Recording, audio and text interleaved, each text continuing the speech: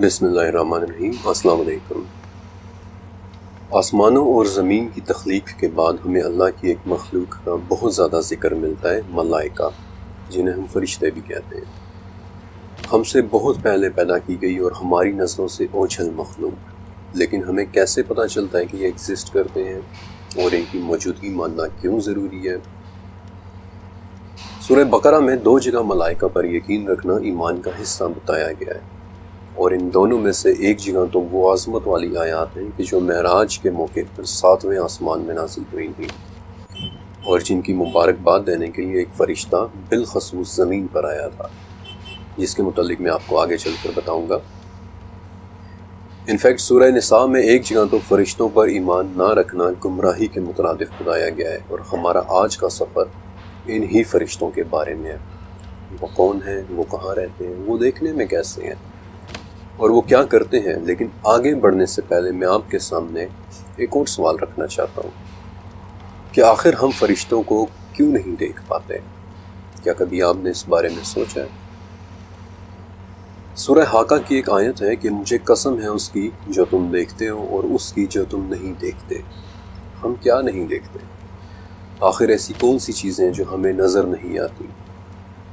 اب بہت سے لوگ اس بات کا جواب ایسے دیں گے کہ ہمیں ہوا نہیں نظر آتی، ہمیں خوشبو نہیں نظر آتی۔ میرے خیال میں وہ لوگ بڑا سطحی سا جواب دے رہے ہوتے ہیں۔ ان تمام چیزوں کو ہم دیکھتے نہیں ہیں، لیکن ہم ڈیٹیکٹ تو کر رہے ہیں۔ ہوا کی رفتار بھی ڈیٹیکٹ ہو رہی ہے، خوشبو کی تیزی کا احساس بھی ڈیٹیکٹ ہو جاتا ہے۔ لیکن فرشتوں کو تو چھوڑیں، آسمان ہی میں کتنی ایسی چیزیں ہیں کہ جو ہم دیکھنا تو دور بلکہ ڈیٹیکٹ بھی نہیں کر پاتے، اور میں آپ کو بتاتا ہوں کہ کیسے۔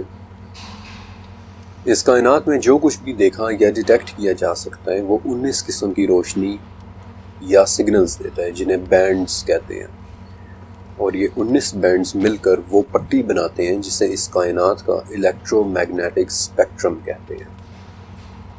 اب ٹیکنیکل زبان میں تو یہ اسپیکٹرم مختلف قسم کی فریکوینسیز، ویو لینتھس اور فوٹون انرجیز کا مجموعہ ہوتا ہے، لیکن سادہ الفاظ میں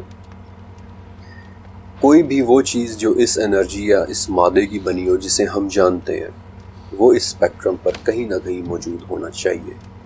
مثلا موبائل فون سے نکلی ہوئی شعاعیں کہ جو نظر تو نہیں آتی لیکن وہ ریڈیو ویوز کے بینڈ پر موجود ہیں۔ ایسے ہی مائکرو ویو یا الٹرا وائلٹ شعاعیں کہ جو نظر تو نہیں آتی لیکن ہم ان کی حدت محسوس کر لیتے ہیں، وہ بھی اسی بینڈ پر موجود ہیں۔ البتہ اس پٹی پر الٹرا وائلٹ اور انفراریڈ کے درمیان ایک چھوٹا سا حصہ پایا جاتا ہے۔ انفیکٹ یہ حصہ اتنا چھوٹا ہے کہ اس پوری پٹی کا صرف 0.0035% حصہ ہے، اور اس چھوٹے سے حصے کا نام ہے ویزیبل اسپیکٹرم، اور صرف یہی وہ حصہ ہے جو ہمیں نظر آتا ہے، وہ حصہ کہ جو 7 رنگوں سے بنی ہوئی روشنی کا بینڈ ہے اور جسے ہماری آنکھیں دیکھ پاتی ہیں۔ آپ اس کا مطلب جانتے ہیں؟ اس کا مطلب یہ ہے کہ اگر اس کائنات میں موجود 2 لاکھ مختلف چیزیں ہمارے سامنے رکھی جائیں تو ہم ان 2 لاکھ میں سے صرف 7 چیزوں کو ہی دیکھ سکیں گے۔ یعنی سادہ الفاظ میں 99.9965% کائنات ہماری نگاہوں سے ہی پوشیدہ ہے، چھپی ہوئی ہے، ڈھکی ہوئی ہے۔ اور اگر کسی چیز کی تخلیق اس الیکٹرو میگنیٹک اسپیکٹرم کی پٹی سے باہر کی ہے، کسی اور مادے کی ہے جو اس پٹی پر موجود نہیں ہے، تو پھر دیکھنا تو درکنار ہم اسے ڈیٹیکٹ بھی نہیں کر پائیں گے۔ لہٰذا ایک بات تو بہت شروع میں ہی طے ہو جاتی ہے کہ ہمارے آج کے اس سفر میں بھی سائنس ہماری کوئی زیادہ مدد نہیں کر پائے گی۔ نتیجتاً اس چیپٹر میں بھی ہمارا مین سورس قرآن اور حدیث ہی ہوگا۔ فرشتوں کی تخلیق سے متعلق حضرت عائشہ رضی اللہ تعالیٰ عنہا سے مروی ایک حدیث ہے کہ اللہ تعالیٰ نے فرشتوں کو نور سے پیدا کیا ہے، جنات کو آگ کے شعلے سے، اور آدم کو اس مادے سے کہ جسے تمہارے لیے بیان کر دیا گیا ہے۔ اب فرشتوں کی تخلیق نور سے کی گئی ہے، نور جسے ہم اردو میں ایک ٹھنڈی روشنی کہہ دیتے ہیں، لیکن در حقیقت یہ کون سی روشنی ہے، یہ بات کوئی نہیں جانتا۔ البتہ اتنا تو طے ہے کہ یہ 7 رنگوں والی یعنی ویزیبل اسپیکٹرم والی روشنی تو بالکل نہیں ہے، اور میرے خیال میں اس حدیث کے آخری حصے سے یہ بات بھی واضح ہو جاتی ہے کہ ہمارے علاوہ ان دونوں مخلوقات کی تخلیق کسی ایسے مادے سے ہے جس کی تفصیل کو ہمارے لیے بیان نہیں کیا گیا ہے۔ قرآن پاک میں فرشتوں کے لیے عربی لفظ ملائکہ استعمال ہوا ہے، جس کے دو ماخذ ہو سکتے ہیں۔ پہلا ملکہ، یعنی اس نے بادشاہی کی، یا پھر اس کا دوسرا ماخذ ایک عبرانی ایک ہبریو لفظ ملخ یعنی پیغام رساں بھی ہو سکتا ہے، اور یہ دونوں ماخذ اپنی جگہ ٹھیک بیٹھتے ہیں، کیونکہ فرشتے اللہ کی بادشاہی میں بھی آتے ہیں اور اسی کے حکم سے پیغام رسانی بھی کرتے ہیں۔ پھر قرآن و حدیث سے ہی ہمیں یہ بھی پتہ چلتا ہے کہ فرشتوں کی کوئی جسمانی ضرورت نہیں ہے، تھک جانا، کھانا پینا، غصہ کرنا یہ ان کی فطرت میں نہیں ہے، الا یہ کہ کسی خاص فرشتے کی تخلیق ہی اس فطرت پر ہوئی ہو۔ آگے چل کر میں آپ کو ایک ایسے فرشتوں کے بارے میں بتاؤں گا کہ جو بنے ہی غصے اور سختی کے لیے، اور ابو العالیہ رحمۃ اللہ علیہ فرماتے ہیں کہ تخلیق کے 6 دنوں میں سے ملائکہ کی تخلیق بدھ کے دن ہوئی تھی۔ میں ان فرشتوں سے بات شروع کروں گا کہ جو عام تخلیق کے ہیں، جو انسانوں کے زیادہ قریب رہتے ہیں، اور پھر اپنے سفر میں آہستہ آہستہ میں آپ کو ان سے بڑے فرشتوں، ان سے طاقتور فرشتوں اور ان فرشتوں کے بارے میں بھی بتاؤں گا کہ جو فرشتوں کی ہائرارکی میں سب سے اوپر ہیں۔ انسان کے قریب رہنے والے فرشتے اس کی پیدائش ہی سے اس کے ساتھ منسلک ہو جاتے ہیں۔ اللہ کے نبی صلی اللہ علیہ وآلہ وسلم نے فرمایا تھا کہ انسان کی پیدائش شروع ہوتے ہی اللہ رحم مادر میں ایک فرشتہ مقرر کر دیتا ہے کہ جو کہتا ہے یا رب اب یہ نطفہ ہے، یا رب اب یہ علقہ ہے، یا رب اب یہ مضغہ ہو چکا ہے۔ پھر جب اللہ کے حکم سے ماں کے پیٹ میں انسان کی خلقت پوری ہو جاتی ہے تو وہ پوچھتا ہے کہ یا رب یہ مذکر ہے یا مؤنث، یا رب یہ بدبخت ہوگا یا نیک بخت، یا رب اس کی عمر کتنی ہے، اور یا رب اس کے مقدر میں روزے کتنی ہے۔ اور پھر اللہ کے حکم سے وہ فرشتہ اس انسان کی روزی، اس کی عمر، اس کا رزق اور اس کا نیک یا بد ہونا لکھ دیتا ہے۔ پھر جب وہ فرشتہ فارغ ہو کر چلا جاتا ہے تو ایک دوسرا فرشتہ آ کر اس نو مولود یعنی اس بچے کی حفاظت کرتا ہے، یہاں تک کہ اس بچے کو سمجھ بوجھ آ جائے۔ پھر وہ فرشتہ بھی چلا جاتا ہے اور اس کی جگہ انسان کا نامہ اعمال لکھنے والے 2 فرشتے آ جاتے ہیں۔ پھر موت کے وقت وہ 2 فرشتے بھی چلے جاتے ہیں اور ملک الموت یعنی موت کا فرشتہ آ جاتا ہے۔ پھر وہ فرشتہ بھی روح لے کر چلا جاتا ہے اور قبر میں سوال اور جواب کرنے والے فرشتے آتے ہیں جنہیں ہم منکر نکیر کہتے ہیں۔ الغرض انسان کی پیدائش سے لے کر اس کی موت کے بعد تک کچھ فرشتے ہر وقت اس کے قریب ہوتے ہیں۔ لیکن ان فرشتوں کے متعلق ہم کیا جانتے ہیں؟ سورہ انفطار، یقیناً تم پر نگہباں عزت والے لکھنے والے مقرر ہیں کہ جو کچھ تم کرتے ہو وہ اسے جانتے ہیں۔ یہ آیت کرامن کاتبین کے بارے میں ہے۔ کرامن کاتبین ہمارے قریب موجود فرشتوں میں سے 2 فرشتے ہیں۔ یہ وہ فرشتے ہیں کہ جو ہمارے تمام نامہ اعمال لکھ رہے ہیں، لیکن انہیں کرامن یعنی باعزت کیوں کہتے ہیں؟ کیونکہ ابن عباس رضی اللہ تعالیٰ عنہ سے روایت ہے کہ آپ صلی اللہ علیہ وسلم نے فرمایا اللہ نے ان فرشتوں کو بہترین اخلاق عطا فرمائے ہیں، یہ قبیح اعمال کے وقت انسان سے پیچھے ہٹ جاتے ہیں۔ اور ابن ابی حاتم میں روایت ہے کہ کرامن کاتبین نامی یہ 2 فرشتے 2 حالتوں میں انسان سے پیچھے ہٹتے ہیں۔ پہلی حالت کہ جب وہ حالت جنابت میں ہو یا پھر جب وہ غسل کر رہا ہو۔ انہی کرامن کاتبین فرشتوں کا ذکر سورہ یونس میں بھی ہے۔ ہمارے قریب رہنے والے فرشتوں کی ایک اور قسم سورہ رعد میں ہے، معقبات۔ سورہ رعد کی آیت ہے کہ اس کے لیے اس کے آگے اور پیچھے معقبات مقرر ہیں کہ جو اللہ کے حکم سے اس کی حفاظت کرتے ہیں۔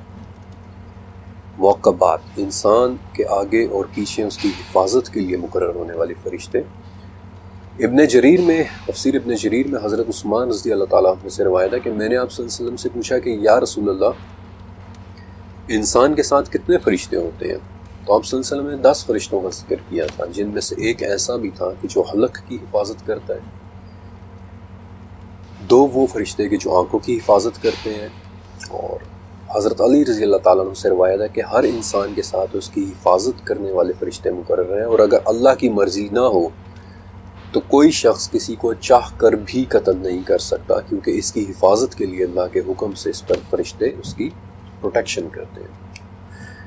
اور یہ فرشتے صرف 2 حالتوں میں اس کے پاس سے ہٹتے ہیں، ایک تب کہ جب تقدیر میں لکھا ہوا پیش آ جائے، یا پھر جب موت کا وقت آ جائے۔ اور انہی نگہبان پروٹیکٹیو فرشتوں کا ذکر سورہ طارق میں بھی ہے کہ کوئی ایسا نہیں کہ جس پر نگہبان فرشتہ نہ ہو. These are the guardian angels. لیکن اللہ کے خاص لوگوں کے لیے حفاظت بھی خاص ہو جاتی ہے. مثلاً سعد بن وقاص نے رضی اللہ تعالیٰ عنہ نے احد کے موقع پر دیکھا کہ دو لوگ سفید کپڑوں میں ملبوس آپ صلی اللہ علیہ وسلم کو اپنی حفاظت میں لیے بڑی سختی کے ساتھ کافروں سے لڑ رہے ہیں. سعد بن وقاص کہتے ہیں کہ ان دونوں کو میں نے نہ ہی کبھی اس سے پہلے دیکھا تھا اور نہ ہی کبھی اس کے بعد دیکھا. سورہ سجدہ میں ہم پر مقرر ایک اور فرشتے کا ذکر ہے. کہہ دیں کہ تمہیں موت کا فرشتہ موت دے گا جو تم پر مقرر کیا گیا ہے. موت کے فرشتے کو قرآن پاک میں صرف ملک الموت یعنی موت کا فرشتہ ہی کہہ کر بلایا گیا ہے. اور ابن ابی حاتم کی روایت میں آپ صلی اللہ علیہ وسلم کی حدیث ہے کہ ملک الموت زمین کے تمام بحری و بری علاقوں سے پوری طرح واقف ہے. وہ اس میں رہنے والوں کے بارے میں روزانہ 5 مرتبہ تحقیق کرتے ہیں کہ ان میں سے کس کی موت کا وقت آ چکا ہے، لیکن اللہ کے حکم کے بغیر وہ چاہ کر بھی کسی کی روح کو قبض نہیں کر سکتے. اسلامک لٹریچر میں موت کے فرشتے کو عموماً حضرت اسرائیل علیہ السلام کے حوالے سے منسوب کیا جاتا ہے. اور آپ کی دلچسپی کے لیے بتا دیتا ہوں کہ اسلام سے سکھ مذہب میں اڈاپٹ کی جانے والی چیزوں میں یہ نام بھی شامل ہے. جہاں گرو گرنتھ کے پہلے اور 5ویں محل میں یعنی چیپٹر میں وہ اسرائیل نامی ایک فرشتے کا ذکر کرتے ہیں کہ جو روگوں کی روحیں نکالتا ہے. لیکن ملک الموت یعنی موت کے فرشتے کے علاوہ سورہ نازیات میں ان کے زیر حکم یعنی ملک الموت کے زیر حکم مزید 2 قسم کے فرشتوں کے متعلق موجود ہیں. سورہ نازیات کی پہلی 5 آیات پڑھیے، آپ کو 5 نام نظر آئیں گے: نازیات، ناشطات، سابحات، سابقات اور مدبرات. ان میں سے نازیات وہ فرشتے ہیں کہ جو موت کے وقت جسم میں ڈوب کر سختی سے جان نکالتے ہیں، اور ناشطات وہ فرشتے ہیں کہ جو بہت نرمی اور آہستگی سے انسان کی جان نکالتے ہیں. پھر موت کے بعد قبر کے فرشتوں کا تفصیلی ذکر احادیث کی کتابوں میں ملتا ہے. مثلا نبی کریم صلی اللہ علیہ وسلم نے فرمایا کہ جب تم میں سے کسی کو دفنایا جاتا ہے تو اس کے پاس کالے رنگ اور نیلی آنکھوں والے 2 فرشتے آتے ہیں، جن میں سے ایک کو منکر اور دوسرے کو نکیر کہتے ہیں. ان فرشتوں کے حوالے سے بخاری میں بھی یہ آتا ہے کہ قبروں میں تمہاری آزمائش ایسے ہوگی کہ جیسے کانے دجال کے سامنے یا پھر اس کے قریب قریب. قبر ہی کے متعلق مسند احمد میں ایک ایسے فرشتے کا ذکر ملتا ہے کہ جسے کافر کی قبر میں مسلط کیا جاتا ہے. وہ فرشتہ اندھا، گونگا اور بہرا ہوتا ہے، اور اس کے ہاتھ میں ایک ایسا گرز ہوتا ہے کہ اگر اسے کسی بڑے پہاڑ پر مارا جائے تو وہ پہاڑ مٹی مٹی ہو جائے. اب اس سے پہلے کہ میں آپ کو بڑے فرشتوں اور ان کی ڈسکرپشن کے متعلق بتاؤں، آپ کے لیے یہ جاننا ضروری ہے کہ فرشتے آخر ہیں کہاں پر. ابن ماجہ کی حدیث کے مطابق آپ صلی اللہ علیہ وسلم نے فرمایا کہ میں نے آسمان میں جو دیکھا ہے وہ تم نہیں دیکھ سکتے، اور میں نے وہاں جو سنا ہے وہ تم نہیں سن سکتے. آسمان چرچراتا ہے اور اس کا حق ہے کہ وہ چرچرائے. اس میں 4 انگلیوں کے برابر کی جگہ بھی خالی نہیں، مگر یہ کہ وہاں کوئی نہ کوئی فرشتہ اپنا ماتھا ٹکائے اللہ رب العزت کے حضور سجدہ ریز ہو. جو کچھ میں جانتا ہوں اگر تمہیں اس کا علم ہو جائے تو تم ہنسو کم اور روگے زیادہ. انفیکٹ یہی وہ حدیث شریف ہے جسے سننے کے بعد ابو ذر غفاری رضی اللہ تعالیٰ عنہ نے خوف سے کہا تھا کہ کاش میں ایک درخت ہوتا کہ جسے کاٹ دیا جاتا. لیکن کائنات کی ان بے کراں وسعتوں میں موجود فرشتے کیا کر رہے ہیں؟ کیا انہیں رب کریم کی تسبیح اور اسے سجدہ کرنے کے علاوہ بھی کچھ امور دیے گئے ہیں؟ تو اس کا جواب سورہ نحل میں ہے کہ فرشتے اپنے رب سے ڈرتے ہیں جو ان سے اوپر ہے، اور وہ کرتے ہیں جس کا انہیں حکم دیا جائے. آپ کو اس فرشتے کے متعلق یاد ہے کہ جو ماں کے پیٹ میں ہماری حفاظت کرتا تھا، یا پھر وہ فرشتہ جو ہمارے ہوش سنبھالنے تک ہماری پروٹیکشن کرتا رہا؟ اللہ کریم نے اس مخلوق کے ذمہ مختلف کام لگائے ہیں جو وہ صبح سے شام تک کرتے ہیں، یہاں تک کہ بادلوں کے گرجنے اور ہواؤں کے چلنے پر بھی. جب نبی کریم صلی اللہ علیہ وسلم کی دعوت پر طائف والوں نے ان کے ساتھ بدسلوکی کی تھی تو آپ صلی اللہ علیہ وسلم کے پاس وہ فرشتہ آیا جسے اللہ نے پہاڑوں کے امور پر فائز کیا تھا. اس فرشتے نے سلام کیا اور کہا کہ اے نبی، اگر آپ چاہیں تو میں ان لوگوں کے دونوں اطراف کے سنگلاخ پہاڑوں کو لا کر ان پر گرا دوں. ایسے ہی ابن ابی حاتم میں روایت ہے کہ نبی کریم صلی اللہ علیہ وسلم سے پہاڑوں پر معمور فرشتے نے عرض کی تھی کہ یا رسول اللہ، ہمارے پاس اللہ کا حکم اترتا ہے کہ کس جگہ کس قدر بارش برسانی ہے۔ پھر انبیاء کو کئی باتوں کی خبریں دینے کے لیے بھی فرشتوں کو بھیجا گیا۔ جب آپ صلی اللہ علیہ وسلم پر جادو ہوا تھا اور آپ کسی چیز کے متعلق خیال کرتے کہ آپ نے وہ کام کر لیا ہے، حالانکہ آپ صلی اللہ علیہ وسلم نے وہ کام نہیں کیا ہوتا تھا، تو آپ صلی اللہ علیہ وسلم نے حضرت عائشہ رضی اللہ عنہ سے کہا کہ عائشہ، جو بات میں اللہ سے پوچھ رہا تھا اس نے مجھے اس کا جواب دے دیا۔ میرے پاس 2 فرشتے آئے، ان میں سے ایک میرے سر کی طرف کھڑا ہوا اور دوسرا میرے پاؤں کی طرف، اور ان میں سے ایک نے دوسرے سے پوچھا کہ ان صاحب کی کیا بیماری ہے؟ دوسرے نے بتایا کہ ان پر جادو ہوا ہے۔ پہلے نے پوچھا کہ یہ جادو کس نے کیا ہے؟ دوسرے نے جواب دیا کہ بنی رزیق کے لبید بن عاصم نے کیا ہے۔ پھر پوچھا کہ کس چیز میں جادو کیا گیا ہے؟ جواب دیا کہ کنگھے اور سر کے بال میں، کہ جو کھجور کے خوشے میں رکھے ہوئے ہیں۔ سوال کرنے والے نے پھر پوچھا کہ یہ جادو اس وقت کہاں ہے؟ اور جواب دینے والے نے کہا کہ زروان کے کنویں میں۔ اور پھر ان فرشتوں کی خبر پر نبی کریم صلی اللہ علیہ وسلم اپنے چند اصحاب کو لے کر اس کنویں پر گئے اور اس جادو کو اس کے غلاف سمیت دفن کروا دیا۔ قرآن پاک میں فرشتوں کا دوسرے انبیاء اور غیر انبیاء کے ساتھ گفتگو اور ان تک اللہ کا پیغام پہنچانے کا بھی ذکر ہے، کیونکہ سورہ شورا کے مطابق ناممکن ہے کہ اللہ کسی بندے سے کلام کرے سوائے وحی کے، یا پردے کے پیچھے سے، یا پھر کسی فرشتے کو بھیجے۔ مثلا سورہ ہجر، فرشتے کی حضرت ابراہیم علیہ السلام کے ساتھ بات چیت، سورہ ہجر فرشتے کی حضرت لوط علیہ السلام کے ساتھ بات چیت، سورہ آل عمران فرشتے کا حضرت زکریہ علیہ السلام کو آواز دے کر خوشخبری سنانا، پھر سورہ مریم فرشتے کا حضرت مریم علیہ السلام کو عیسیٰ علیہ السلام کی خبر دینا، سورہ ہود ابراہیم علیہ السلام کی بیوی سارہ علیہ السلام کو ایک بیٹے اسحاق اور ان کے بعد یعقوب کی خبر دینا۔ قرآن پاک میں مریم علیہ السلام اور سارہ علیہ السلام کی بھی فرشتوں کے ساتھ گفتگو کا ذکر ہے کہ جو نبی نہیں تھی، لیکن غیر نبی انسانوں کے ساتھ گفتگو کے وقت فرشتے ہمیشہ انسانی شکل میں ہوتے ہیں، اور یہ بات سورہ مریم میں منشن ہے کہ فرشتہ آدمی بن کر ظاہر ہوا، اور اس کی وجہ میں آپ کو آگے چل کر بتاؤں گا۔ بلکہ بخاری کی ایک حدیث کے مطابق آپ صلی اللہ علیہ وسلم نے فرمایا کہ بنی اسرائیل میں کچھ لوگ ایسے بھی ہوئے ہیں کہ وہ نبی نہیں تھے، لیکن پھر بھی فرشتے ان کے ساتھ باتیں کیا کرتے تھے۔ فرشتوں کا انسانوں کے گھروں میں آنے اور جانے کا ذکر کثرت سے ملتا ہے، لیکن ایک موقع ایسا ہے کہ جہاں سے یہ فرشتے فوراً پیچھے ہٹ جاتے ہیں۔ نبی کریم صلی اللہ علیہ وسلم نے فرمایا کہ فرشتے ان گھروں میں داخل نہیں ہوتے جن میں کتا یا تصویر ہو، لیکن کچھ فرشتے ایسے ہیں کہ جن کا احادیث میں خصوصی طور پر آنے کا ذکر ملتا ہے۔ مثلا مسلم کی ایک حدیث کے مطابق ایک مرتبہ حضرت جبرائیل علیہ السلام آپ صلی اللہ علیہ وسلم کے پاس بیٹھے ہوئے تھے کہ آسمان سے ایک ایسی آواز آئی کہ جیسی دروازہ کھلنے کی آواز ہوتی ہے۔ حضرت جبرائیل علیہ السلام نے سر اوپر آسمان کی طرف اٹھایا اور کہا کہ آج آسمان میں وہ دروازہ کھلا ہے جو آج سے پہلے کبھی نہیں کھولا گیا تھا۔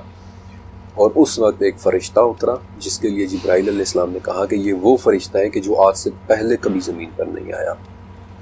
اس فرشتے نے سلام کیا اور آپ صلی اللہ علیہ وسلم کو مبارک دی اور آپ کو 2 نور ملنے کی خوشخبری سنائی اور کہا کہ یہ آپ سے پہلے کبھی کسی نبی کو نہیں دیے گئے، لیکن یہ آپ کو دیے جائیں گے۔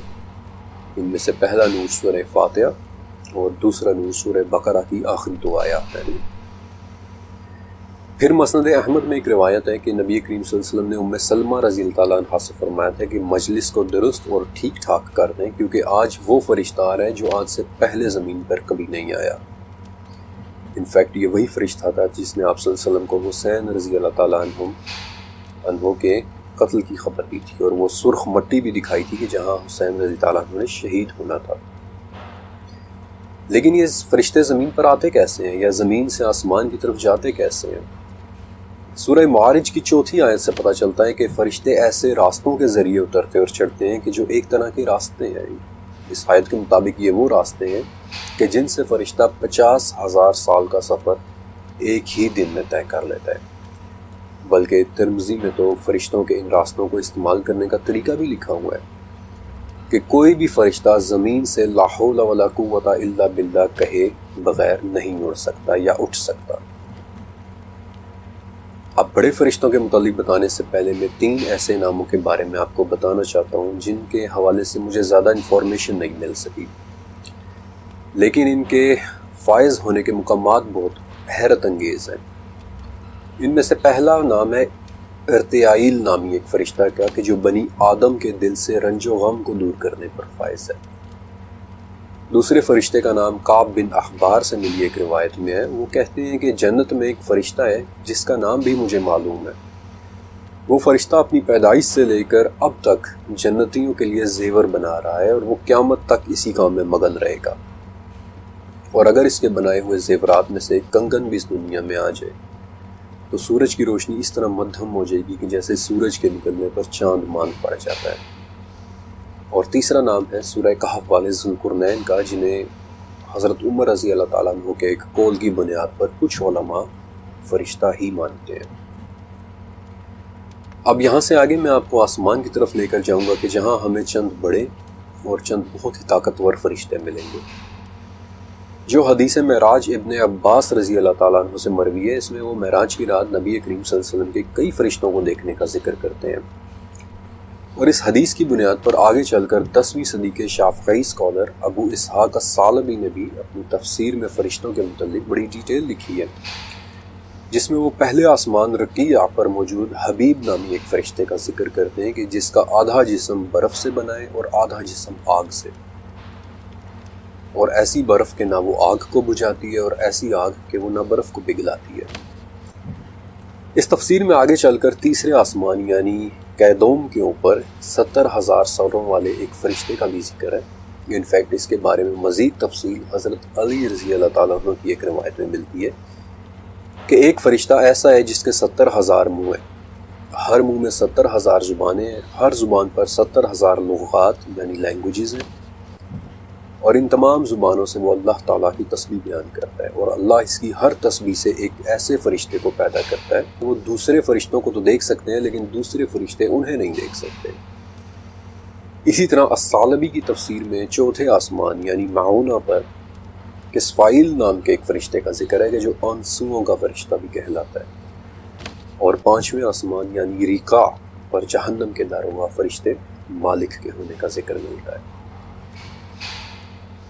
اس فرشتے مالک کے متعلق سورہ زخرف میں ہے کہ جہنمی اس کا نام لے لے کر پکار کر کہیں گے کہ اے مالک، کاش تیرا رب ہمیں موت ہی دے دے، اور وہ جواب میں کہے گا کہ نہیں، تمہیں ہمیشہ یہی رہنا ہے۔ مالک رب تعالیٰ کے پراسرار ترین فرشتوں میں سے ایک ہے، نہ صرف مالک خود بلکہ ان کے زیر حکم کام کرنے والے تمام فرشتے بھی، اور میں چاہتا ہوں کہ ان کے بارے میں آپ کو ضرور بتاؤں۔ سورہ علق کی 10ویں آیت سے آگے دراصل ایک واقعے کے متعلق ہے۔ مکہ میں ایک واقعہ ہوا تھا، اور یہ واقعہ سلسلۃ صحیحہ میں رپورٹڈ ہے کہ عمر بن حشام یعنی ابو جہل محمد صلی اللہ علیہ وسلم کو نماز پڑھنے سے روکتا تھا، اور ایک مرتبہ جب آپ صلی اللہ علیہ وسلم حرم شریف کے قریب نماز پڑھ رہے تھے اور ابو جہل وہاں سے گزرا تو وہ چلایا کہ اے محمد، کیا میں نے تجھے نماز پڑھنے سے منع نہیں کیا تھا؟ اور اس پر آپ صلی اللہ علیہ وسلم نے بھی اس نے آپ صلی اللہ علیہ وسلم سے سخت دھمکی آمیز باتیں بھی کہی تھیں، لیکن آپ صلی اللہ علیہ وسلم نے بھی اسے کڑا جواب دیا تھا، اور اس پر وہ مزید غصے ہوا اور کہنے لگا کہ اے محمد، تو مجھے کس چیز سے ڈرا رہا ہے؟ اس وادی میں سب سے زیادہ حمایتی اور مجلس والے میرے ہیں۔ اور ابو جہل کی اسی بات پر سورہ علق کی 17ویں اور 18ویں آیت نازل ہوئی تھی کہ یہ اپنی مجلس والوں کو بلا لے، ہم بھی زبانیہ کو بلا لیں گے۔ اور صحیح مسلم میں اس سے آگے کے الفاظ یہ ہیں کہ ابو جہل نے آگے بڑھ کر محمد الرسول اللہ صلی اللہ علیہ وسلم کی گردن پر اپنا پاؤں رکھنا چاہتا، لیکن وہ اچانک الٹے پاؤں پیچھے ہٹا اور اپنے ہاتھوں سے خود کو بچانے لگا۔ اور جب اس سے پوچھا گیا کہ کیا ہوا تھا تو اس نے بتایا کہ میرے اور محمد کے درمیان آگ کا ایک گڑھا، دہشت ناک منظر اور بہت سارے پر حائل ہو گئے تھے، اور نبی کریم صلی اللہ علیہ وسلم نے فرمایا کہ اگر وہ میرے قریب آتا تو فرشتے اس کی بوٹی بوٹی نوچ لیتے۔ زبانیہ بذات خود ایک بہت ہی پراسرار ٹرم ہے۔ آگ کے گڑھے میں بے تحاشا دہشت ناک پر ان کے متعلق ایک اشارہ بیسکلی سورہ مدثر میں بھی ہے کہ اس پر 19 ہے۔ سعودی عرب کی وزارت مذہبی امور نے زبانیہ کے متعلق اپنی ایک انٹرپریٹیشن یوں کی ہے کہ زبانیہ فرشتوں کے ایک گروہ کا نام ہے جس میں ان کے 19 بڑے فرشتے آتے ہیں، اور یہ کہاں معمور ہیں؟ سورہ مدثر ہی کی 26ویں اور 27ویں آیت میں ان کے ہونے کی جگہ کا بھی ذکر ہے کہ سقر۔ اور یہ سقر کیا ہے؟ اس کا جواب سورہ مدثر میں آنے والے ایک واقعے کے آخر میں ہے۔ یہ واقعہ دراصل 11ویں آیت سے شروع ہو رہا ہے کہ سورہ مدثر مجھے اور اس کو چھوڑ دے جسے میں نے اکیلا پیدا کیا ہے۔ بعض علماء کے نزدیک یہ ولید بن مغیرہ کی طرف اشارہ ہے، اور اس سے آگے کی آیات میں آتا ہے کہ ہم نے اسے بڑی کشادگی دی، اس نے غور کر کے ایک تجویز سوچی، اسے ہلاکت ہو کہ اس نے کیسی تجویز سوچی۔ اس نے دیکھا، اس نے تیوری چڑھائی اور اس نے منہ بنایا، پھر پیچھے ہٹ گیا اور غرور کیا اور کہنے لگا کہ یہ تو صرف ایک جادو ہے جسے کہیں سے نقل کیا گیا ہے۔ ان قریب میں سے سقر میں ڈالوں گا، اور تجھے کیا خبر کہ سقر کیا ہے؟ نہ وہ کسی کو زندہ رہنے دیتی ہے اور نہ ہی وہ کسی کو مرنے دیتی ہے۔ مجھے یہ تو نہیں پتا کہ یہ سب پڑھتے ہوئے آپ کے ذہن میں کیا منظر ہوتا ہے، یہ سب سنتے ہوئے آپ کیا فیل کرتے ہیں، لیکن بعض اوقات ایسی آیات کے بارے میں بولتے ہوئے لکھتے ہوئے جو کیفیت مجھ پر طاری ہوتی ہے اس کے لیے شاید میرے پاس سے ایک خاموشی کے علاوہ اور کوئی لفظ نہیں ہوتا۔ ان قوی اور ہیبت ناک فرشتوں کے بعد میں آپ کو ایک بہت خوبصورت جگہ کے بارے میں بتانا چاہتا ہوں کہ جس کی اللہ پاک نے سورہ طور میں قسم بھی اٹھائی ہے۔ بیت المعمور، 7ویں آسمان یعنی غریبہ پر موجود ایک عبادت کا جس میں فرشتے عبادت کرتے ہیں۔ بیت المعمور کے معنی ہی آباد اور ایک بھرے ہوئے گھر کے ہے۔ مشکات المصابی کی حدیث کے مطابق یہ عبادت گھر فرشتوں سے اس طرح بھرا ہوا رہتا ہے کہ روزانہ 70,000 فرشتے اس میں عبادت کے لیے آتے ہیں، اور پھر دوبارہ قیامت تک ان کی باری نہیں آتی۔ یہی وہ بیت المعمور ہے جس کی دیوار کے ساتھ نبی کریم صلی اللہ علیہ وسلم نے معراج کی رات حضرت ابراہیم علیہ السلام کو ٹیک لگائے بیٹھے دیکھا تھا۔ اس میں عبادت کرتے فرشتوں کے حوالے سے صحیح مسلم میں ایک بہت پیاری حدیث ہے۔ نبی کریم صلی اللہ علیہ وسلم نے فرمایا کہ ہمیں یعنی مسلمانوں کو لوگوں پر 3 باتوں کے ذریعے فضیلت دی گئی ہے، جن میں سے ایک یہ ہے کہ ہماری صفیں فرشتوں کی صفوں کی طرح بنائی گئی ہیں۔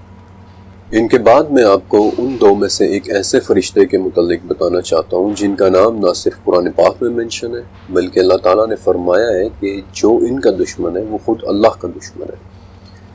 حضرت میکائیل علیہ السلام، جنہیں علماء اس بات سے منسوب کرتے ہیں کہ اللہ نے ان کے ذمے اپنی مخلوق کو روزی پہنچانے کی ذمہ داری دے رکھی ہے، یا پھر کچھ علماء کے مطابق یہ ان فرشتوں کو کمانڈ کرتے ہیں کہ جو قدرت کے قوانین پر مامور ہے، مثلا نباتات کا اگانا یا بارش کا برسانا وغیرہ۔ اور یہ ان فرشتوں میں سے بھی ہیں جن پر آپ صلی اللہ علیہ وسلم نے اپنی دعا میں سلامتی بھی بھیجی ہے۔ مسند احمد میں علی بن حسین رحمۃ اللہ علیہ کہتے ہیں کہ حضرت میکائیل علیہ السلام کا نام عبید اللہ ہے۔ سلسلہ صحیحہ کی ایک حدیث کے مطابق نبی کریم صلی اللہ علیہ وسلم نے ایک مرتبہ جبرائیل علیہ السلام سے پوچھا کہ جبرائیل، میں نے کبھی میکائیل کو ہنستے ہوئے نہیں دیکھا۔ تو جبرائیل علیہ السلام نے عرض کیا کہ یا رسول اللہ صلی اللہ علیہ وسلم، جب سے جہنم بنی ہے میکائیل ہنسے نہیں ہے۔ اس سے آگے مسند احمد کی حدیث میں ملتا ہے کہ پھر آپ صلی اللہ علیہ وسلم نے پوچھا کیا میکائیل نے آپ سے مزاحن کبھی کوئی بات کہی ہے؟ تو اس پر جبرائیل بولے کہ وہ مجھ سے مزاحن صرف اتنا ہی پوچھ سکتے ہیں کہ کہیں میں بھی آگ سے تو نہیں بنا۔ میکائیل علیہ السلام کے بعد ایک اور بڑے فرشتے جنہیں اللہ نے ایک بہت بڑے کام کے لیے مامور کر رکھا ہے، قیامت کے دن سور کے پھونکنے پر۔ سور کے جو ترمذی کے مطابق ایک سینگ جیسی کوئی چیز ہے کہ جس میں پھونکے جانے کے بعد قیامت میں واقع ہو جائے۔ مسند احمد میں آپ صلی اللہ علیہ وسلم فرماتے ہیں کہ میں کیسے آرام کر سکتا ہوں جبکہ اسرافیل سور پر منہ لگائے ہوئے اس میں پھونکنے کو تیار کھڑے ہیں اور وہ صرف حکم الہی کے منتظر ہے۔ ابو ہریرہ رضی اللہ عنہ سے روایت ہے کہ آپ صلی اللہ علیہ وسلم نے فرمایا جب سے اسرافیل کو سور پھونکنے کی ذمہ داری دی گئی ہے وہ تیار حالت میں عرش کی طرف نظریں جمائے کھڑے دیکھ رہے ہیں، اس ڈر سے کہ کہیں انہیں آنکھ کے جھپکنے سے پہلے ہی حکم نہ دے دیا جائے، اور ان کی آنکھیں ایسی ہیں کہ جیسے چمکدار ستارے۔ اسرافیل علیہ السلام کے بعد وہ فرشتہ کہ جن کے نام سے تقریباً سبھی مسلمان واقف ہیں، حضرت جبرائیل علیہ السلام، جن کا 4 مرتبہ قرآن پاک میں نام سے ذکر ہے، 2 مرتبہ سورہ بقرہ میں، سورہ نحل اور سورہ تحریم میں، اور 2 جگہ انہیں ایک زبردست قوت والا اور ایک امانت دار فرشتہ کہا گیا ہے، یعنی کہ سورہ نجم اور سورہ شعراء میں۔ جبرائیل علیہ السلام وہ فرشتے ہیں کہ جنہوں نے کئی انبیاء کے ساتھ کمیونیکیٹ کیا ہے، اور ان کے سپورٹ بڑی ہی طاقت اور قوت والے کام ہیں، مثلاً وحی کا لانا یا قوموں پر شدت والا عذاب لانا۔ علی بن حسین رحمۃ اللہ علیہ کہتے ہیں کہ ان کا نام عبداللہ ہے۔ یہی وہ فرشتے ہیں کہ جو پہلی وحی یعنی اقرا بسم ربک الذی خلق لے کر نازل ہوئے تھے، اور یہی وہ فرشتے ہیں کہ جو آپ صلی اللہ علیہ وسلم کو اپنے ساتھ معراج کی رات 7ویں آسمان پر اور سدرۃ المنتہا تک لے کر گئے تھے۔ جبرائیل علیہ السلام آپ صلی اللہ علیہ وسلم کی خدمت میں کبھی دحیہ بن خلیفہ کلبی کی شکل میں آتے ہیں، اور کبھی ایک ایسے شخص کی صورت میں کہ جس کے کپڑے نہایت سفید اور بال انتہائی کالے ہوتے ہیں۔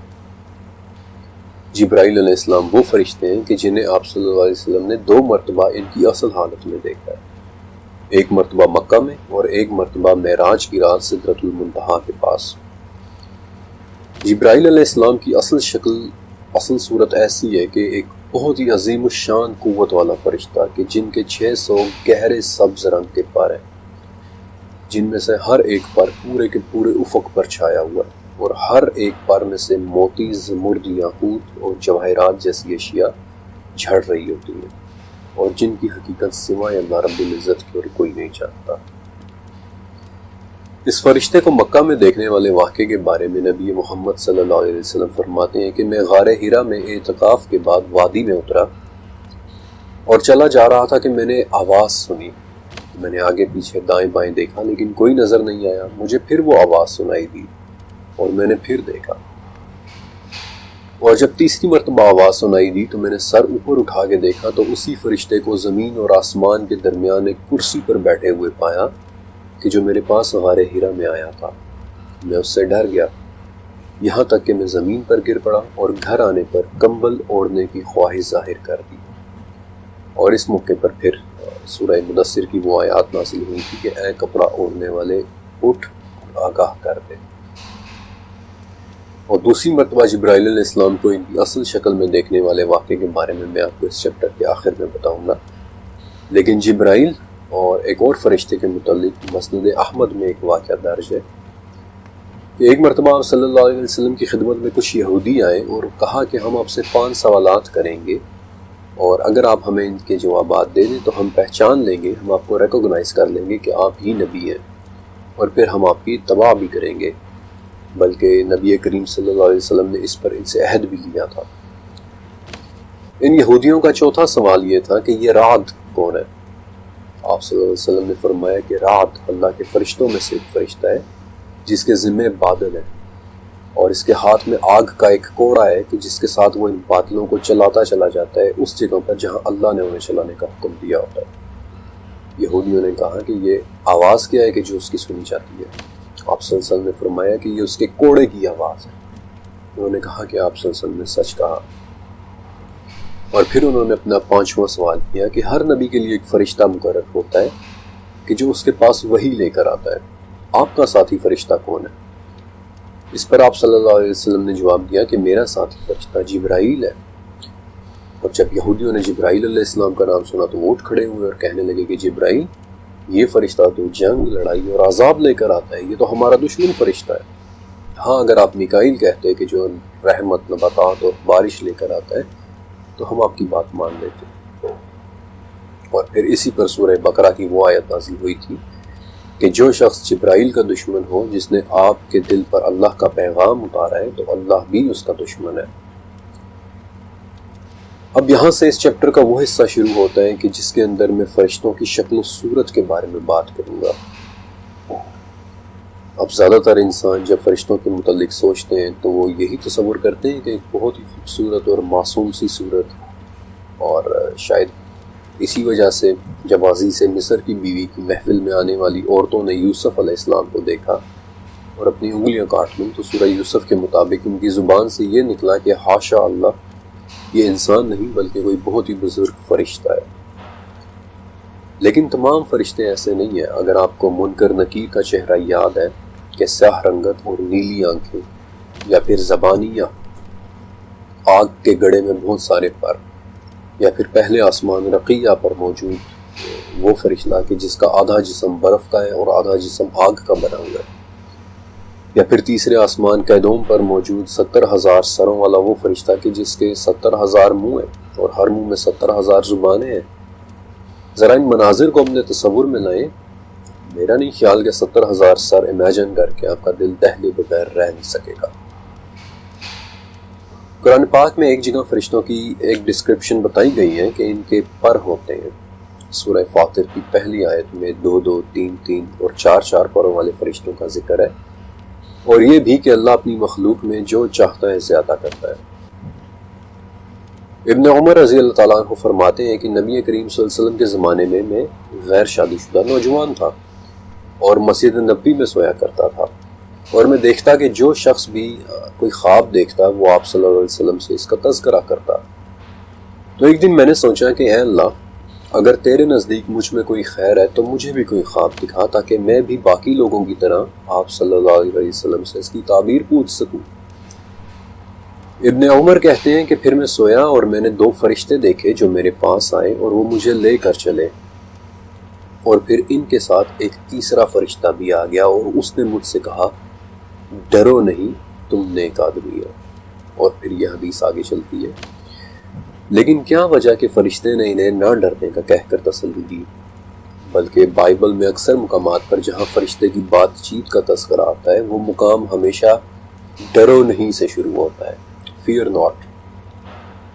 7ویں صدی کے اسکالر محمد بن مسلم برق نامی ایک فرشتے کے بارے میں بتاتے ہیں کہ جس کے 4 منہ ہیں، ایک منہ انسان جیسا، ایک منہ بیل جیسا، ایک منہ شیر جیسا اور ایک منہ گدھ جیسا، اور جب وہ دم ہلاتا ہے تو بجلی کڑکتی ہے۔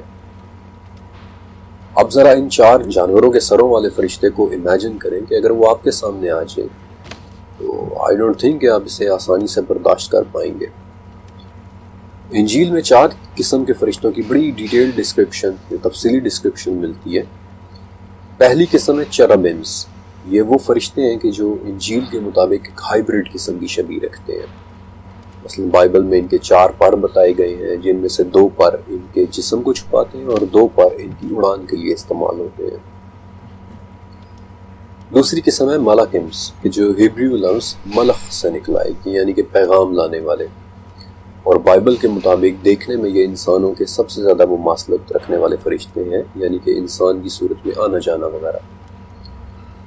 تیسری قسم ہے سیرافیمز، اور ان کا ذکر بک آف ائزایا میں ہے، جس کے مطابق ان کے 6 پر ہوتے ہیں، جن میں سے 2 پر تو اڑنے کے لیے استعمال ہوتے ہیں، 2 پر اپنے سر کو چھپانے کے لیے اور 2 پر اپنے پیروں کو چھپانے کے لیے۔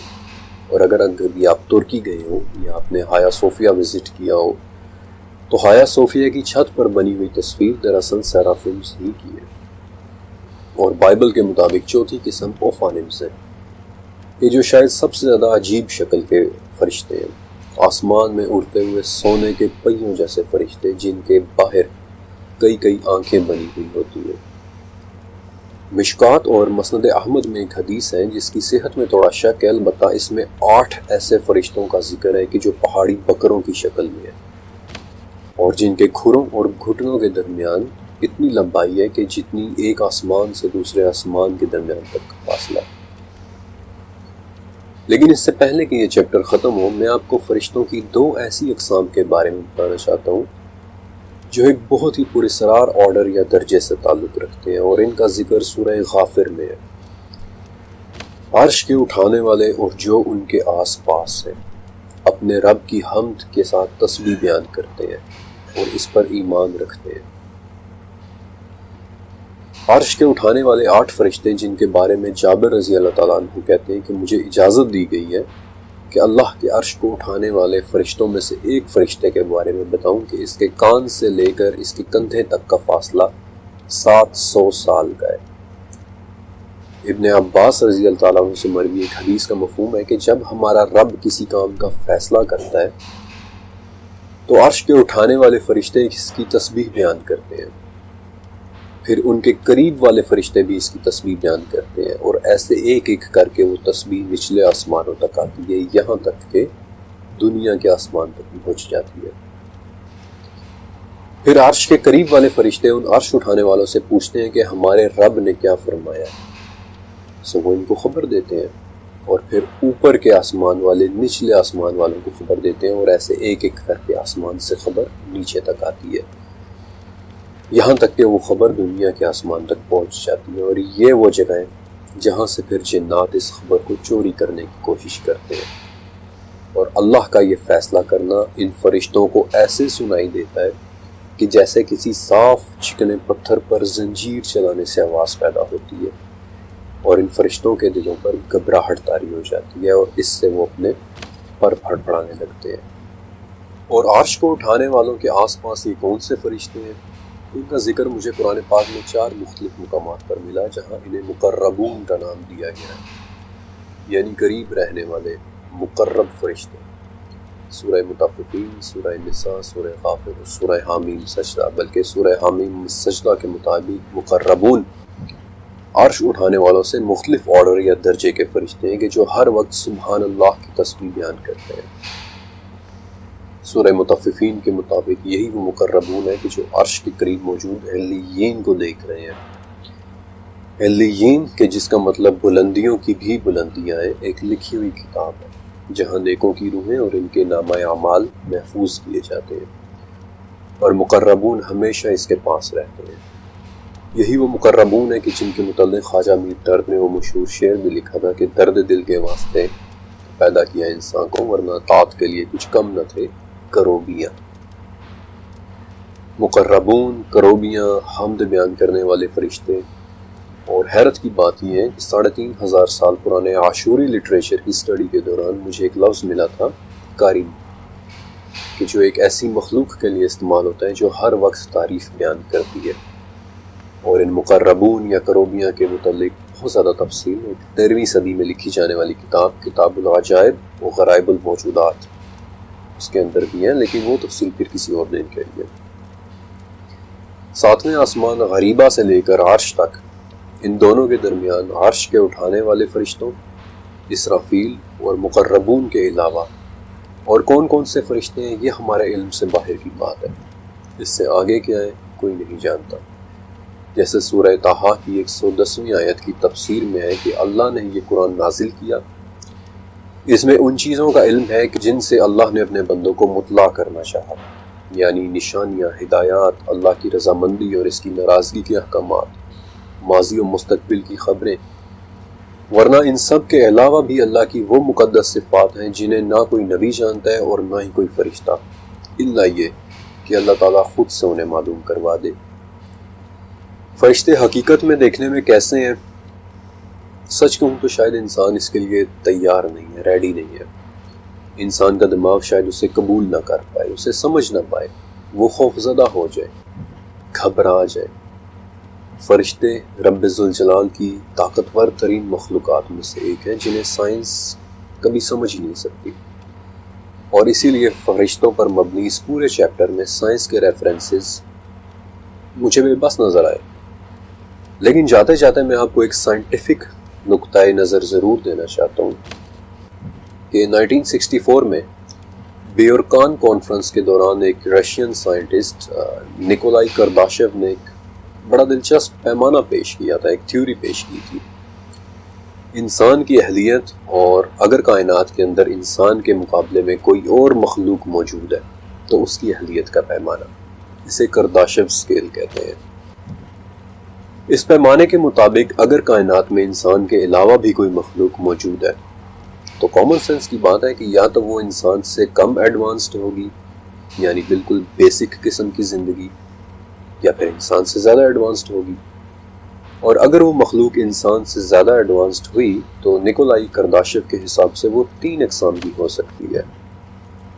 پہلی قسم کہ وہ اپنے سیارے کی ساری انرجی کا استعمال کرنا جانتی ہو، اگر ایسا ہے تو وہ ٹائپ 1 مخلوق ہوگی، اور اس حساب سے دیکھا جائے تو انسان پورا ٹائپ 1 مخلوق بھی نہیں ہے، کیونکہ ابھی تک ہم اپنی زمین کی پوری انرجی استعمال کرنے سے صدیوں دور ہیں۔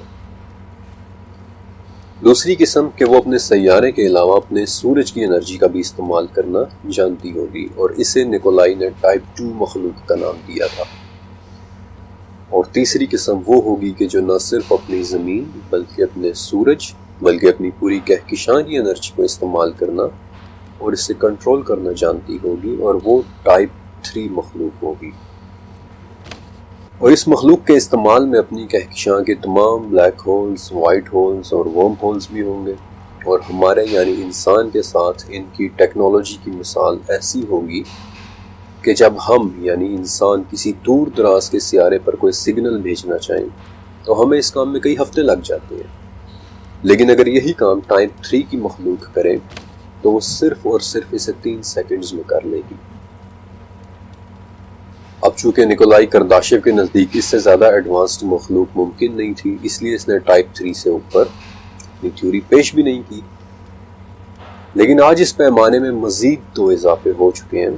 ایک ٹائپ 4 مخلوق بھی ہو سکتی ہے کہ وہ مخلوق جو نہ صرف اپنی کہکشاں اور اس کے ورم ہولز یعنی دروازوں یا شارٹ کٹس کو استعمال کرنا جانتی ہوگی، بلکہ ٹائپ 4 مخلوق اس پوری کائنات کے ورم ہولز کا استعمال کرنا جانتی ہوگی۔ اور پھر اس سے اوپر ایک اور ٹائپ ہے، ٹائپ 5 مخلوق، کہ جو نہ صرف اس کائنات بلکہ اس کائنات کی پرے کی کائناتوں تک بھی رسائی رکھتی ہوگی، تو وہاں کی حقیقتوں تک بھی رسائی رکھتی ہوگی۔ اب میرا آپ سے ایک سوال ہے کہ میں نے آج آپ کو بہت سے فرشتوں اور اللہ کی طرف سے انہیں دی گئی صلاحیتوں کے متعلق بتایا، وہ فرشتے جو آسمانوں کے دروازے کھول کھول کر نبی کریم صلی اللہ علیہ وسلم کے پاس قرآن کی آیات کی مبارک باتیں لے کر آیا کرتے تھے، وہ فرشتے جو اللہ کے حکم سے محمد رسول اللہ صلی اللہ علیہ وسلم کو راتوں رات مسجد حرام سے مسجد اقصی اور پھر مسجد اقصی سے پہلے آسمان رقیہ کے دروازوں تک،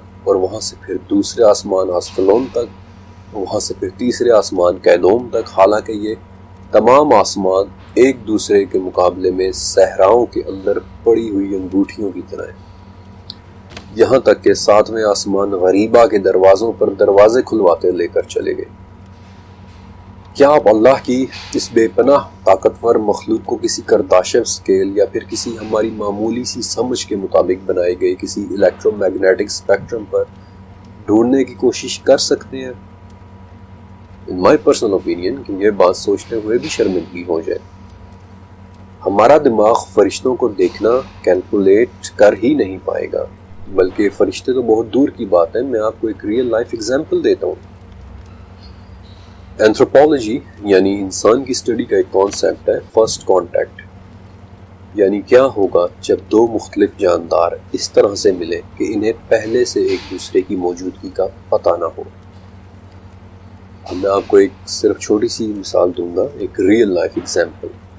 1930 میں پاپوا نیو گینی کے لوگوں نے جب پہلی مرتبہ ایک سفید فام مسافر مچ لیے کو دیکھا تھا تو وہ اتنا گھبرا گئے تھے کہ سب سے پہلے وہ اس کے جسم کو رگڑ رگڑ کر اس کی جلد کی سفیدی اتارنے لگ گئے تھے۔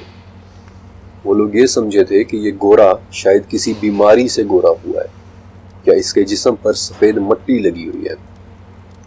وہ لوگ ایک گورا دیکھ کر گھبرا گئے تھے۔ انسان بڑا ہی کمزور دل ہے، یہ فرشتوں جیسی کسی قوت والی اور رعبدار مخلوق کو دیکھنا برداشت ہی نہیں کر پائے گا۔ اب اس چیپٹر میں نے آپ سے وعدہ کیا تھا کہ آخر میں آپ کو نبی کریم صلی اللہ علیہ وسلم کے حضرت جبرائیل علیہ السلام کو دوسری مرتبہ ان کی اصل شکل دیکھنے کے بارے میں بتاؤں گا۔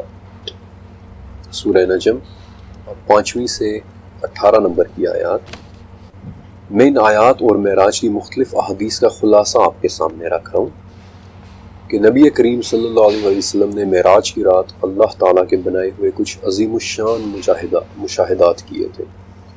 چھٹے آسمان دقنا کہ جو سونے اور سرخ پتھروں سے بنا ہوا ہے، جہاں ایک عظیم الشان درخت سدرۃ المنتہا ہے جس کی جڑیں چھٹے آسمان دقنا اور شاخیں 7ویں آسمان غریبہ تک جاتی ہیں، ایک ایسا درخت جس پر سونے سے بنے ہوئے پروانے منڈلاتے رہتے ہیں اور دنیا کی کوئی مخلوق اس کے رنگوں کی خوبصورتی کو بیان نہیں کر سکتی۔ یہ وہ مقام تھا کہ جہاں نبی کریم صلی اللہ علیہ وسلم نے حضرت جبرائیل علیہ السلام کو دوسری مرتبہ ان کی اصل شکل میں دیکھا، اس حالت میں کہ ان کے گہرے سبز رنگ کے 600 پر تھے جنہوں نے تمام افق کو ڈھانپا ہوا تھا اور ان کے عظیم الشان پروں سے موتی، زمرد اور یاقوت جھڑ رہے۔ اور ایک روایت میں ہے کہ جب جبرائیل علیہ السلام کو ورائے حجاب رب ذوالجلال کی موجودگی کا احساس ہوا تو وہ اسی وقت وہیں پر سجدے میں گر پڑے تھے۔ اب صرف ایک لمحے کے لیے تصور کریں، اس منظر کو امیجن کریں کہ ایک عظیم الشان درخت جس کی جڑیں چھٹے اور شاخیں ساتویں آسمان میں ہو، جس کے رنگوں اور جس کی خوبصورتی کو دنیا کی کوئی مخلوق بیان نہ کر سکتی ہو، جس پر سونے کے بنے ہوئے پروانے منڈلا رہے ہوں، اور وہاں ایک عظیم الشان بزرگ فرشتہ ہمارے واحد معبود رب ذوالجلال والاکرام کی بارگاہ میں سجدہ ریز ہو۔ اپنی 35 سالہ زندگی کے دوران میں نے اس سے زیادہ طاقتور اور اس سے زیادہ خوبصورت منظر کبھی بھی تصور نہیں کیا۔ اور اسی لیے سورہ نجم کی 18ویں آیت میں آتا ہے کہ بے شک اس نے اپنے رب ذوالجلال کی بڑی بڑی نشانیوں میں سے بعض نشانیاں دیکھ لی۔ اس چیپٹر کا اختتام میں ترمذی کی ایک بڑی پیاری حدیث کے ساتھ کرنا چاہتا ہوں کہ حضرت محمد مصطفیٰ صلی اللہ علیہ وسلم نے فرمایا کہ کچھ فرشتے ایسے بھی ہیں کہ جو زمین میں گھومتے پھرتے رہتے ہیں، جب وہ کسی قوم کو اللہ کا ذکر کرتے پاتے ہیں تو وہ ان کے پاس بیٹھ جاتے ہیں، اور بعد میں جب یہ فرشتے آسمان کی طرف جاتے ہیں تو اللہ تعالیٰ ان سے پوچھتا ہے کہ میرے بندے کیا کر رہے ہیں، حالانکہ وہ خوب جانتا ہے۔ فرشتے جواب دیتے ہیں کہ یا رب وہ تیری تعریف اور بزرگی بیان کر رہے ہیں۔ اللہ فرماتا ہے کہ کیا انہوں نے مجھے دیکھا ہے؟ فرشتے کہتے ہیں کہ اللہ انہوں نے آپ کو نہیں دیکھا۔ پھر اللہ فرماتا ہے کہ اگر وہ مجھے دیکھ لیتے تو کیا ہوتا؟ پھر وہ پوچھتا ہے کہ وہ لوگ کیا چاہتے ہیں اور کیا مانگتے ہیں؟ فرشتے کہتے ہیں کہ یا رب وہ جنت مانگتے ہیں۔ اللہ تعالیٰ پوچھتا ہے کہ کیا انہوں نے جنت دیکھی ہے؟ فرشتے کہتے ہیں کہ نہیں یا رب انہوں نے جنت نہیں دیکھی۔ تو اللہ فرماتا ہے کہ اگر وہ دیکھ لیتے تو کیا ہوتا؟ پھر اللہ تعالیٰ پوچھتا ہے کہ وہ کس چیز سے دور بھاگتے ہیں؟ فرشتے کہتے ہیں کہ یا رب وہ جہنم سے بچنا چاہتے ہیں۔ اللہ تعالیٰ پوچھتا ہے کہ کیا انہوں نے جہنم کو دیکھا ہے؟ فرشتے کہتے ہیں کہ نہیں یا رب۔ اللہ تعالیٰ فرماتا ہے کہ اگر وہ دیکھ لیتے تو کیا ہوتا؟ اور پھر اللہ تعالیٰ ان فرشتوں سے فرماتا ہے کہ میں تمہیں گواہ بنا کر کہتا ہوں کہ میں نے ان سب لوگوں کی مغفرت کر دی ہے۔ فرشتے کہتے ہیں کہ یا اللہ ان میں ایک شخص ایسا بھی تھا کہ جو مجلس میں آپ کے ذکر کے لیے نہیں بلکہ اپنے کسی کام کے لیے آیا تھا۔